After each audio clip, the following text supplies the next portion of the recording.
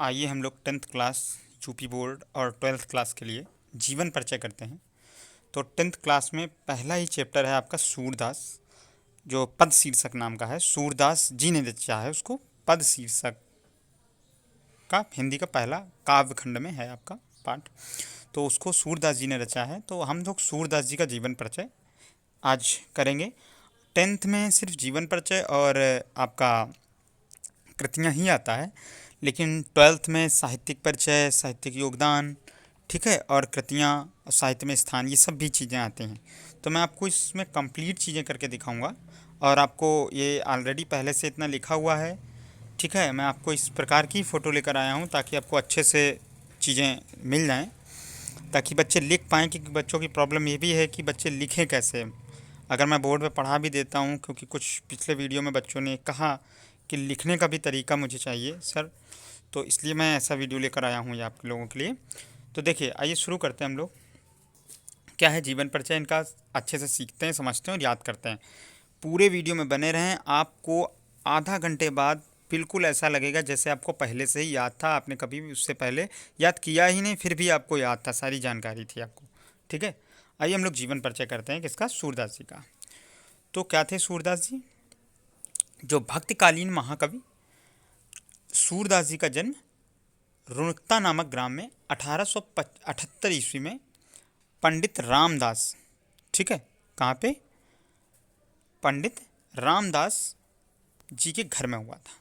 तो ये भक्तकालीन महाकवि सूरदास। तो भक्तकालीन महाकवि सूरदास का मतलब आप समझ गए होंगे कि क्या हुआ, कि एक समय था, ठीक है, ये करीब 1300 से लेके इधर 1600 तक, तो भक्ति से संबंधित बहुत लिखा गया। तो उस काल को भक्ति काली काल बोला गया। तो भक्तकालीन महाकवि थे, और बहुत कवियों में तो महान थे ही। तो महाकवि सूरदास जी का जो जन्म था वो किस गांव में हुआ था? रुणकता नामक ग्राम में, जो है 1478 में हुआ था, ठीक। किसके घर में? पंडित रामदास जी के घर में हुआ था। फिर पंडित रामदास जो थे वो एक ब्राह्मण थे, सारस्वत जो ब्राह्मण थे, ठीक है। और कुछ विद्वान ये भी मानते हैं कि इनका जन्म कहाँ हुआ था, क्योंकि इसमें थोड़ा मतभेद है। तो कुछ विद्वानों का ये मानना है कि सिही नामक स्थान को सूरदास जी का जन्म स्थल मानते हैं। कुछ लोग क्या मानते हैं, जो एक सिही नामक स्थान है वहाँ पर इनका जन्म हुआ था। जो सूरदास जी थे जन्म से अंधे थे, इस बात पे भी कुछ लोगों को डाउट है। सूरदास जन्म से अंधे थे या नहीं, इस पे भी कुछ लोगों को डाउट है, ठीक है। तो इसलिए जो है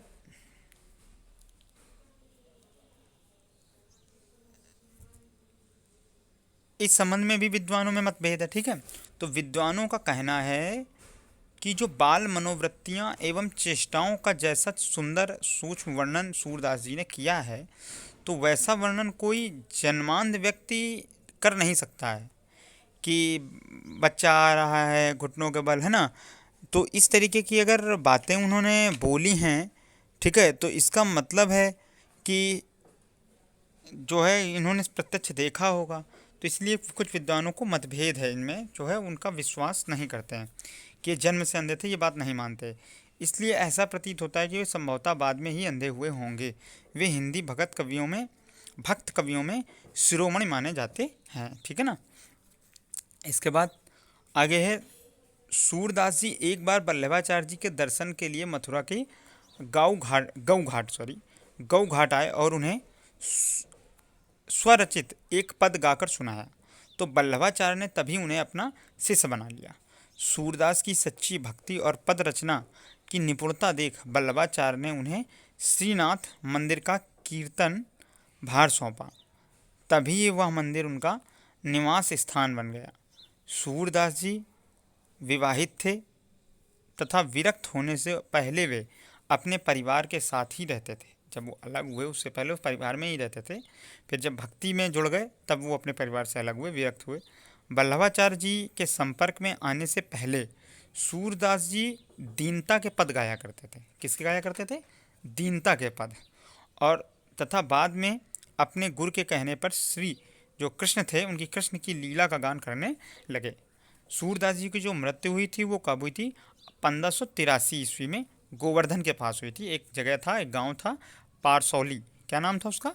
पारसौली नाम की जगह थी, वहाँ पर उनकी जो है मृत्यु हुई थी। ठीक है, गोवर्धन के पास पारसौली नामक जगह पे ही जो इनकी सूरदास जी की मृत्यु हुई थी। ठीक है, तो इसके बाद अब कुछ संक्षिप्त में भी देख लेते हैं। तो ये ही चीज़ें आपको अगर याद हैं तो आप पूरा मैटर जीवन परिचय का बना सकते हैं। बस शॉर्ट में आपको इतनी ही बातें याद करनी हैं। क्या कि जन्म, नाम क्या है, सूरदास जी का जीवन परिचय हम लोग याद कर रहे हैं। जन्म उनका कब हुआ, 1478 ईस्वी में। स्थान कौन सा था, रुनकता नाम था। ठीक है, उनके पिता का नाम क्या था, पंडित रामदास था। उनकी मृत्यु कब हुई, 1583 ईस्वी में हुई थी। कहाँ पे हुई थी, परसौली में हुई थी। ठीक है, गोवर्धन के पास एक परसौली नामक जगह थी। और भक्ति वो किसकी करते थे, कृष्ण भक्ति की करते थे। उनके गुरु कौन थे, आचार्य वल्लभाचार्य थे। ठीक है, और वो किस ब्रह्म की उपासना करते थे, तो सगुण की करते थे। सगुण मतलब जिसका आकार होता है जिन देवी देवताओं का, तो उनकी करते हैं तो सगुण, और जिनका कोई रूप रंग नहीं हो तो वो निर्गुण होते हैं। ठीक है, तो ये सगुण शाखा के थे कवि, भक्ति कवि। और निवास स्थान इनका क्या था, मंदिर ही था, जो श्रीनाथ मंदिर था वहीं पर रहते थे। और इनकी जो मुख्य कृतियाँ हैं वो सूर सागर, सूर सरावली और साहित्य लहरी हैं। ये जरूर याद रखिए, पूछी जरूर जाती हैं। और साहित्य में अगर साहित्य में इन्होंने क्या योगदान दिया है, तो इन्होंने जो कृष्ण की बाल लीलाएं, वात्सल्य वर्णन, श्रृंगार वर्णन, ये सब इन्होंने ज़्यादा किया है। ठीक है, तो इस प्रकार जो है, आइए उसके बाद इनका साहित्यिक परिचय देख लेते हैं क्या है। तो सूरदास जी महान काव्यात्मक प्रतिभा से संपन्न कवि थे। जो काव्यात्मक प्रतिभा का मतलब गा गा के पढ़ने वाले जो पद हुआ करते थे, जो विशेष प्रकार के छंद हैं, सोठा हैं, इनकी जो है वो अच्छे से रचना करते थे, तो वो प्रतिभा से संपन्न थे। ठीक है, काव्यात्मक प्रतिभा से संपन्न थे। कृष्ण भक्ति को ही इन्होंने काव्य का मुख्य विषय बनाया, और इन्होंने श्री कृष्ण के सगुण रूप के प्रति जो है सखा भाव, यानी अपना दोस्त जैसा मानते हुए जो है भक्ति का निरूपण किया है। पूरा ऐसा माना है जैसे अपने दोस्त के लिए अपने दोस्त की बात कर रहे हों। ठीक है, सखा सखी की तरह एकदम। और इन्होंने मानव हृदय को कोमल भावनाओं का प्रभावपूर्ण चित्रण किया है। क्या किया इन्होंने, इन्होंने अपनी रचनाओं में जो है मानव हृदय की कोमल भावनाओं का बहुत ही सुंदर और प्रभावपूर्ण पूर्वक जो है चित्रण किया है। और अपने काव्य में भावात्मक पक्ष और कलात्मक पक्ष दोनों का ही इन्होंने क्या किया है, अपनी विशिष्ट छाप छोड़ दी है। जो भावात्मक यानी भावनाएं भी उसमें बहुत अच्छी हैं, और कलात्मक तो इस तरह से उन्हें रचा है कि बहुत ही अच्छी और सुंदर जो है प्रभावशाली काव्यात्मक रचनाएं बन गई हैं। ठीक है, जो अपनी एक विशेष छाप छोड़ देती हैं। इसके बाद कृतियों की अगर बात करें तो महत्वपूर्ण जो इनकी कृतियां हैं कौन सी हैं, तो भक्त शिरोमणि सूरदास जी ने लगभग 1.25 लाख पदों की रचना की थी। कितने की, क्योंकि कहीं कहीं वर्णन मिलता है, सारे 1.25 लाख तो उपलब्ध नहीं है, जिनमें से केवल 8 से 10 हजार पद ही प्राप्त हो पाए हैं। और काशी नगरी प्रचारणी सभा, ठीक है, काशी नगरी प्राचीनी सभा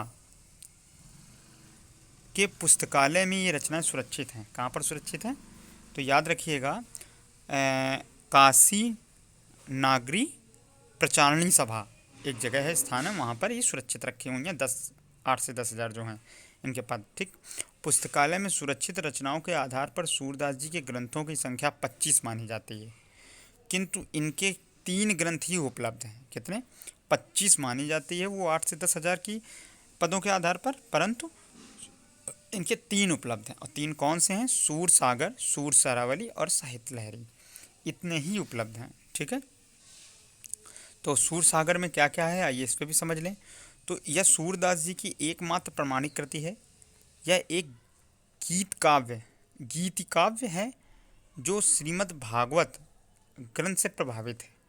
इसमें कृष्ण की बाल लीलाओं, गोपी प्रेम, गोपी विरह, उद्धव गोपी संवाद का बड़ा मनोवैज्ञानिक और सरल वर्णन है। ठीक है, ये अब इतना तो आपको याद ही रहेगा कि सूर सागर जो है उसमें जो है क्या किया गया है, यह एक गीत काव्य है, और इसमें कृष्ण की बाल लीलाओं और प्रेम और गोपी प्रेम, गोपी विरह और उद्धव गोपी संवाद जो है उसका ज़्यादा ही अच्छा वर्णन है और मनोवैज्ञानिक और सरल वर्णन है। इसके बाद आइए उसके आगे दूसरी है इनकी कृति सूर सारावली। तो सूर सारावली जो है यह एक ग्रंथ है जो सूर सागर का ही सार भाग है, ठीक है, जो अभी तक विवादास्पद स्थिति में है, किंतु यह भी सूरदास जी की एक प्रमाणिक कृति है।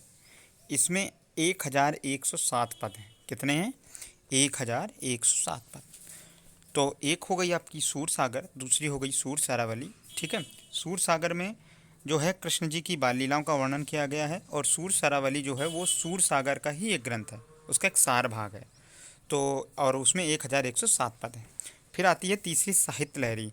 तो साहित्य लहरी में 118 दष्टकूट पदों का संग्रह है, तथा इसमें मुख्य रूप से नायिकाओं एवं अलंकारों की विवेचना की गई है। कहीं कहीं श्री कृष्ण की बाल लीलाओं का वर्णन तथा एक दो स्थलों पर महाभारत की कथाओं के भी अंशों की झलक मिल जाती है इसमें साहित्य लहरी में, ठीक है। तो इतना ही आप लिख देंगे, बहुत है। आप 3 ही सिर्फ याद रखिए, वही 3 नाम लिख देते हैं, आपके लिए बहुत है, ठीक है। इसके बाद भाषा शैली की बात करें तो इनकी जो भाषा शैली और साहित्य में स्थान है वो कैसा रहा है। तो भाषा शैली की अगर बात करें तो सूरदास जी ने जो अपने पदों में है ब्रज भाषा का ही प्रयोग ज़्यादा किया है। तो इनकी भाषा ब्रज भाषा ही है, तथा इनके सभी पद गीतात्मक हैं, जिस कारण इसमें माधुर्य गुण की प्रधानता है। और इन्होंने सरल एवं कैसी प्रभावपूर्ण शैली का प्रयोग किया है। कैसी? सरल और प्रभावपूर्ण शैली का प्रयोग किया है।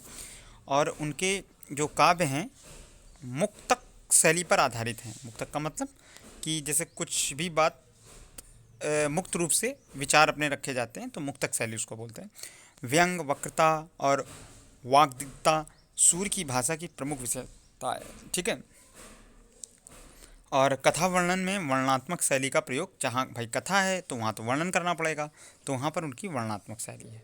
दृष्टकूट पदों में कुछ क्लिष्टता अवश्य आ गई है। दृष्टकूट भी एक प्रकार के पद हैं, वो भी तो उनमें जो है थोड़ी क्लिष्टता यानी कठिन शब्दों का भी प्रयोग किया गया है।